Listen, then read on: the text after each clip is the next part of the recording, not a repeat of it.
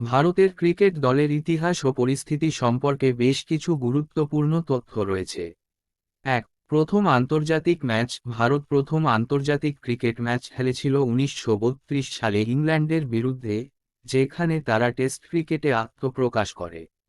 ২.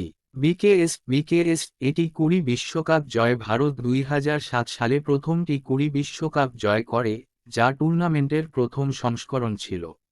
৩. ODI বিশ্বকাপ জয়। ভারত প্রথম ১৯৮৩ সালে ওয়ানডে বিশ্বকাপ জিতেছিল এবং পরে ২০১১ সালে দ্বিতীয়বার চ্যাম্পিয়ন হয়। ৪. IPL Indian premier league. ২০০৮ সালে শুরু হওয়া এই টি২০ লিগটি বিশ্বের অন্যতম জনপ্রিয় ক্রিকেট লিগ।